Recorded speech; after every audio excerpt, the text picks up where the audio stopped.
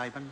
Mr Speaker, I take exception to what the member resuming his seat has just said about more activity at the bottom of the cliff and not at the top, because if there's one government that's actually done something about the drivers of crime, it is this government. And yet the Labor government sat for 3 years in a position to do something about it, and 9 years, 3 sets of 3 years, 9 years, sir, and did nothing. Did absolutely nothing.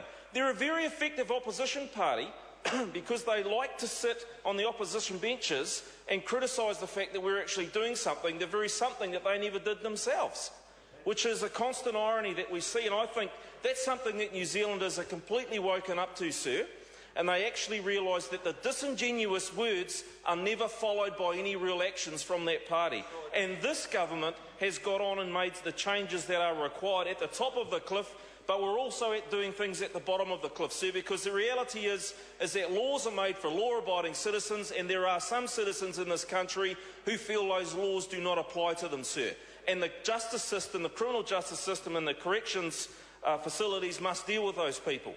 And the bail amendment bill, sir, in the second reading, there are some very, very important changes made. And as a former police officer, and certainly as a detective dealing with some of the more serious crimes, sir, the reversing the onus of proof or the burden of proof to the offender is a very, very positive move, because there are so many, sir, who will reoffend knowing full well that the likelihood of consequences is insignificant and diminished. There are many who are suffering under the burden of drugs like methamphetamine, who the idea of remediating their criminal activity just will not simply enter their head. They're driven by other forces, sir, and the ability for the criminal justice system to be able to put the onus back on that offender, back on that defence team to say, well, they must prove that this individual will not reoffend, is a very positive move, sir. And we've also seen the idea that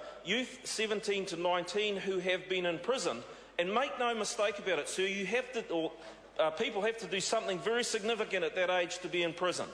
And that if they come out of prison and they reoffend, then they should be treated as adults. They should be treated as adults because clearly they are in a very troubled state and in a position where they simply don't get it. Sir, and they must not be in a position where they can single out. I'm not going to listen to what that member says, because if we're talking about disingenuous chants, that member knows how to sing them long and loud, sir. So, sir, with youth, there are some very good, bring it on, there are some very good, come on Mr Farfoy, you're supposed to speak on this sort of stuff. There is some very good work here done with youth.